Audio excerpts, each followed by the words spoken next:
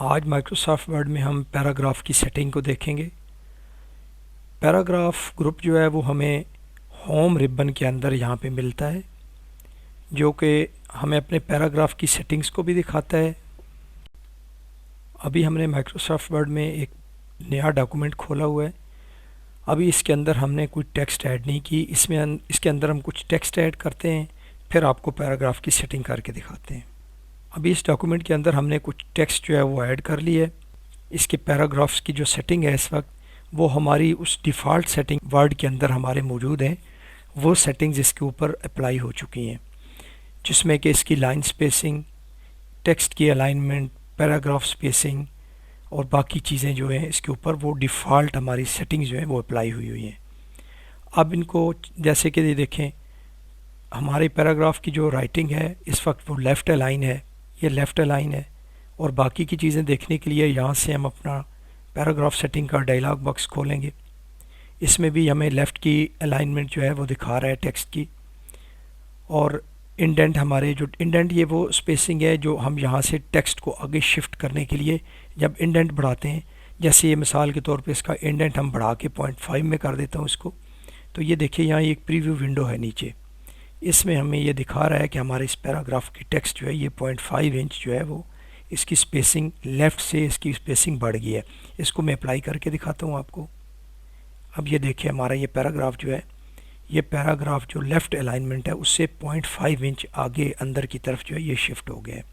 इसी तरीके से हम राइट इंडेंट को भी चेंज कर सकते हैं, ताकि हमारी राइटिंग जो राइट पे जाके रुकी है, अपनी जो टेक्स्ट मार्जिन है उससे कुछ पहले ही ये टेक्स्ट यहाँ पे आके रुक। इसको दिखाने के लिए पहले पैराग्राफ को हम जस्टिफाई करवा लेते हैं, ताकि इसकी की हुई चेंज आपको इसमें नज़र आए। यहाँ से हमने इसकी टेक्स्ट अलाइनमेंट जो है इसको लेफ़्ट से उठा के जस्टिफाइड कर दिया है। अब जब हम इसका इंडेंट को जाके चेंज करेंगे राइट साइड वाले को, हम राइट साइड इंडेंट को भी 0.5 इंच कर लेते हैं। और अब ये हमारा जो पैराग्राफ है, ये हमारा जो मार्जिन है उससे ये 0.5 इंच इस तरफ और ये यहाँ से 0.5 इंच इस तरफ को शिफ्ट हो गया है। टेक्स्ट अलाइनमेंट हमने अभी इसको जैसे लेफ़्ट से उठा के जस्टिफाई किया है, हम इसको सेंटर भी कर सकते हैं, इसको हम राइट अलाइन भी कर सकते हैं और इसको दोबारा से लेफ़्ट अप्लाई इसके ऊपर हम कर सकते हैं। जितनी टेक्स्ट जिस पैराग्राफ को हम सिलेक्ट कर लेंगे, ये सेटिंग हमारी उतने ही पैराग्राफ या उसी पैराग्राफ के ऊपर अप्लाई होगी जिसे हमने सेलेक्ट करके रखा होगा। अभी हमने जो इसमें चेंजिंग की है इसको अनडू करवा लेते हैं। अब ये हमारी टेक्स्ट वापस अपनी पुरानी पोजीशन के ऊपर वापस आ गई है। इसके ऊपर बाकी सेटिंग्स को हम देखते हैं जी। यहाँ पैराग्राफ ग्रुप के अंदर आपको ऊपर बुलेट्स की एक ऑप्शन मिलती है और इसके साथ इसका एक ड्रॉप डाउन मेन्यू खुलता है, जिसके अंदर हमारे मुख्तलिफ़ तरह के बुलेट्स यहाँ पे हमें ये दिखा रहा है। जिस पैराग्राफ के अंदर हमारा कर्सर इस वक्त मौजूद है उसके ऊपर अब हम ये बुलेट अप्लाई करके देखते हैं।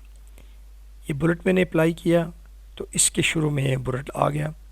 नेक्स्ट पैराग्राफ को भी हम इस तरीके से बुलेट इस पर अप्लाई कर सकते हैं, बुलेट लगा सकते हैं। नेक्स्ट हमें यहाँ पे नंबरिंग की ऑप्शन है जी हमारे पास, इसको हम अप्लाई करके देखते हैं। ये दो पैराग्राफ हमने सेलेक्ट किए हुए हैं, अब मैंने इस पर नंबरिंग अप्लाई की है तो हमारे इन दोनों पैराग्राफ के ऊपर ये नंबरिंग अप्लाई हो गई है। इसके भी हमें यहाँ पे ड्रॉप डाउन से मुख्तलिफ स्टाइल मिल जाते हैं। अब हमने इसके ऊपर नंबरिंग अप्लाई कर दी है। इसकी भी स्पेसिंग को एडजस्ट करने के लिए इसके ऊपर राइट क्लिक करें और एडजस्ट लिस्ट इंडेंट्स के ज़रिए से हम इसको हम अपने नंबर पोजीशन को 0 कर लेते हैं और टेक्स्ट पोजीशन को 0.35 कर देते हैं। तो ये हमारी स्पेसिंग जो है वो चेंज हो गई है।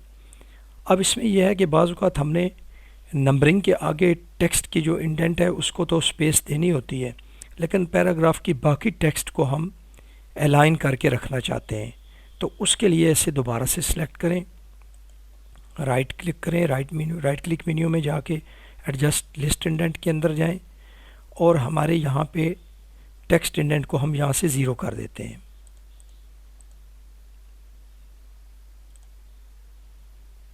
या इसको हमने ज़ीरो किया तो टेक्स्ट हमारी इसकी अलाइनमेंट होगी। अब अगर आप देखें तो हमारा जो टेक्स्ट है और जो हमारा नंबर है इसकी स्पेसिंग काफ़ी बढ़ गई है। इस स्पेसिंग को भी ठीक किया जा सकता है। इसके ऊपर राइट क्लिक करें, दोबारा एडजस्ट लिस्ट इंडेंट्स के अंदर जाएं और यहाँ पे ऐड टैब स्टॉप जो हम इसके अंदर इसको हम 0.25 कर देते हैं। अब ये हमारी राइटिंग जो है ये हमारे नंबर से 0.25 की स्पेसिंग पे चली गई है और बाकी की पैराग्राफ की जो राइटिंग है वो हमारी लेफ़्ट अलाइन हो गई है, यानी यहाँ पे हमारा इंडेंट जो है वो ज़ीरो सेट हो गया है। इस तरीके से हम अपने नंबरिंग के ऊपर काम कर सकते हैं। इसको हम थोड़ी देर के लिए अंडू करवा लेते हैं। नेक्स्ट जो ऑप्शन है जी वो मल्टी लेवल लिस्ट की है। अब हम अपने पैराग्राफ सेलेक्ट करते हैं और इनके ऊपर हम मल्टी लेवल नंबरिंग करते हैं। जैसे ही हमने पहला ऑप्शन लिया, अब इसके अंदर इसने 1 और 2 नंबर इसको दिया है। अब हमने इसको नंबर 2 को इसको हमने नंबर 2 नहीं देना बल्कि इसके सब लेवल के ऊपर लेके जाना है। तो यहाँ रख के हम टैब का बटन दबाएंगे। टैब का बटन दबाने से ये हमारा सब नंबरिंग होगी और ये जो ए है ये इस 1 नंबर का इसके अंदर इसकी सब नंबरिंग होके इसको ए नंबर अलॉट हो गया है। अब हम अपने पैराग्राफ के अंदर से इस टेक्स्ट को नेक्स्ट नंबरिंग पे लेके जाना चाहते हैं, इसको कंटिन्यू नहीं रखना चाहते, तो इसको हम एंटर करेंगे तो इसको बी नंबर अलॉट हो गया है। लेकिन अगर इस बी को भी हमने इस ए नंबर का सब नंबरिंग इसको देनी है तो यहाँ पे दोबारा हम यहाँ पे अपना कर्सर इसके शुरू में यहाँ पे रख के तो टैब दबाएंगे तो अब ये हमारा ये रोमन 1 इसको अलॉट हो गया है और इस 1 नंबर का ये ए सब नंबर है और इसका ये सब नंबर जो है ये 1 है जो हमारा रोमन 1 इसको अलॉट हुआ है। तो इस तरीके से हम इनकी सब नंबरिंग भी कर सकते हैं। अगले पैराग्राफ के ऊपर आके हम दोबारा इसके ऊपर अप्लाई करेंगे तो हम इसको यहाँ से इसको अप्लाई करेंगे तो ये दूसरा नंबर हमारा यहाँ से स्टार्ट हो जाएगा। अब इस 2 नंबर के अंदर भी हम इसी तरह की सब नंबरिंग जो है उसको अप्लाई कर सकते हैं। अभी हमने अपनी ये जो नंबरिंग की है सारी को हम अंडू करके टेक्स्ट को वापस अपनी शुरू वाली पोजीशन पे ले जाते हैं और आगे चल के हम देखते हैं कि पैराग्राफ में मज़ीद क्या सेटिंग्स हैं हमारे पास। इसके आगे में जो ऑप्शन मिल रही है वो हमें वही इंडेंट्स को इंक्रीज़ और डिक्रीज़ करने की ऑप्शन में हमें मिल रही है, जिसको हम यहाँ से ग्रेजुअली इस तरीके से कम या ज़्यादा कर सकते हैं। ये इंस्टेंट जो है इसमें हम इसको डिक्रीज़ और इंक्रीज़ यहाँ से करके तो जहाँ पे हमें मर्ज़ी है वहाँ पे इसको हम छोड़ देंगे।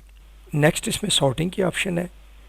इसमें ये हमारे जो पैराग्राफ तो सिलेक्ट किए हुए हैं इनको ये इसकी जो है उसको असेंडिंग या डिसेंडिंग में इनकी सेटिंग करेगा। जैसे हमने असेंडिंग में किया हुआ है और हमने पैराग्राफ्स के ऊपर ये अप्लाई करना है तो हम इसको ओके करेंगे तो ये देखें जो नीचे वाला पैराग्राफ है ये चूँकि टी से शुरू होता है तो इसको ये ऊपर की तरफ ले गया है और ये वी से शुरू होता है तो इसको नीचे लेके आ गया है। अब हम इसको डिसेंडिंग में करके देखते हैं तो ये हमारा वी वाला पैराग्राफ ऊपर चला गया है और टी वाला पैराग्राफ जो है वो नीचे की तरफ शिफ्ट हो गया है। नेक्स्ट ऑप्शन है जी हमारे पास शो हाइड की। इसके अंदर जो पैराग्राफ के अंदर हमने जो भी काम किया है, जहाँ पे हमने कोई सेटिंग वगैरह या जहाँ पे हमें जो कीज़ यूज़ किए हैं उनको ये दिखा रहा है। जैसे इसको मैं अनहाइड करवाता हूँ तो जहाँ जहाँ हमने एंटर यूज़ किया है वो पॉइंट हमें यहाँ से ये दिखा रहा है। ये कुछ एडवांस लेवल की जो टेक्स्ट सेटिंग है उसके अंदर इसको अनहाइड करवा के तो उसकी वो सेटिंग वगैरह इसके अंदर की जाती है। अभी हम इसको हाइड करवा देते हैं। टेक्स्ट अलाइनमेंट हम पहले देख चुके हैं। यहाँ से हमारी ये टेक्स्ट लेफ़्ट अलाइंड है, यहाँ से ये सेंटर अलाइन हो जाएगी, यहाँ से ये राइट अलाइन हो जाएगी और यहाँ से ये जस्टिफाइड हो जाएगी। पैराग्राफ के दोनों तरफ इसने बराबर कर दिया हुआ है।